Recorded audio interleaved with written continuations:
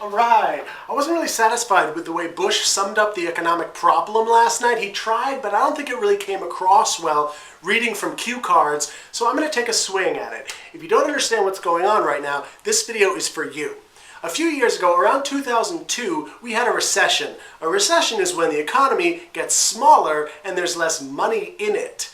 There's less valuable things in the world than there was before. In a normal economy, there's growth. So there's constantly more valuable things in the world, but sometimes people change their mind about what's valuable and suddenly a bunch of things become less valuable, like businesses often become worth less. Suddenly there's less valuable stuff, money exits the economy, and you have a recession. Less value. So we had that around 2002. The best way to end a recession is to get people to put the money that they have into new stuff fast. New investments that will grow in value and turn that recession around, put more value into the economy, cause more growth. In an unstable time, people want to invest in something stable. And one thing that is considered more stable than stocks is real estate. It's considered stable because it exists in the real world. You can jump up and down on it. You can plant a flag on it. You can see the house. It's clearly worth something.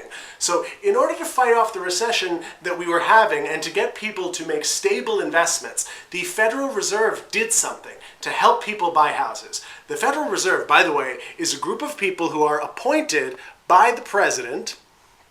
Let me just move this. And they set the official interest rate.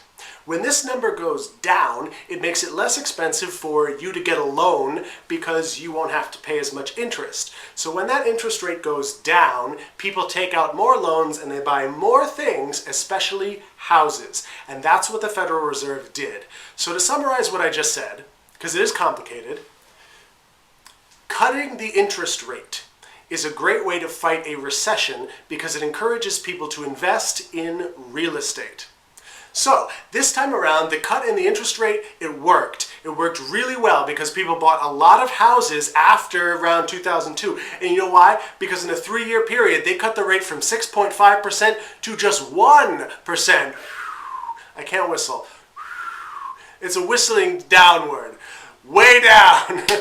So everybody started buying houses, and this became a trend, and the trend got amplified in the media, and everyone was talking about it, and it became not just an investment, but a cool thing to do. It was a full-fledged fad. It was like MySpace. Everybody wanted to get involved because everybody else was getting involved, even idiots who couldn't find their ass with both hands, everybody.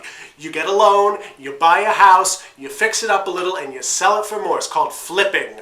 And people did so much of this that the values of these houses were just going up. They were just going up on their own. You didn't even have to fix up the house. You get a loan, you buy the house, you wait a few months, and you sell it. Who do you sell it to? Somebody else who's doing the same thing. And with those federal interest rates so low, the loan that you have to get to buy the house, it hardly even matters. You're going to get a big payday next year, and you'll pay off that loan. So that's what was going on. And with a whole bunch of amateur investors with bad credit and no financial sense who took out huge loans that they couldn't afford, and they assumed that they would sell the house fast and make a bunch of money. There is a word for buying something just to ride the price increase and sell it right back. That's called speculation. Speculation is exactly the kind of thing that causes recessions because more and more people start doing it until this moment comes where everybody's trying to sell and nobody's left who wants to buy it for that super high price. Suddenly everybody decides that it really wasn't worth that much to begin with. The prices go down, there's less valuable stuff in the world, and you have a recession. So that is the timeline of things on the ground from one recession to another. That's the role that regular people played in this problem. Basically, they have behaved like regular people. If you change the rules so that a lot of money can be made, a bunch of people will rush in and make that money. It's not perfect, but it is predictable. And the banking system is there to keep it from getting out of hand. The bankers are the professionals. They are the safeguard. The banking system, the mortgage industry, is what failed. Here's how. when those interest rates got cut, the banks had to give out more mortgages to make a profit because they were making less interest on each one. So they start accepting from people who don't have as good credit, and they cross their fingers and they hope they're going to get their money back. That is normal. So the banks are lending to more and more people. Normal. And the loans keep going really, really well. That's a little bit abnormal. They get paid back in full. Nobody's getting foreclosed. Wow, this is unusually good. These mortgages turn into incredible investments. The money keeps coming in, and that is because all those regular people out there keep selling and selling and selling. So the banks get super greedy. They lower their standards little by little by little until they have no standards left. Everybody gets a mortgage. You used to get a free toaster with your home loan. Now you get a free home loan with your toaster. So the banks take these loans and they start selling them off. They bundle them together and they sell them as securities. Just a bunch of mortgages that somebody else can make money on. Just sold on the open market. Now, who do they sell them to? Anybody. Let's say the government of China wants to invest in something and they see that American mortgages are doing really well, so they buy a whole bunch of them. Yesterday, your mortgage payment was going into the pocket of some bank, and today it's going into the Chinese government.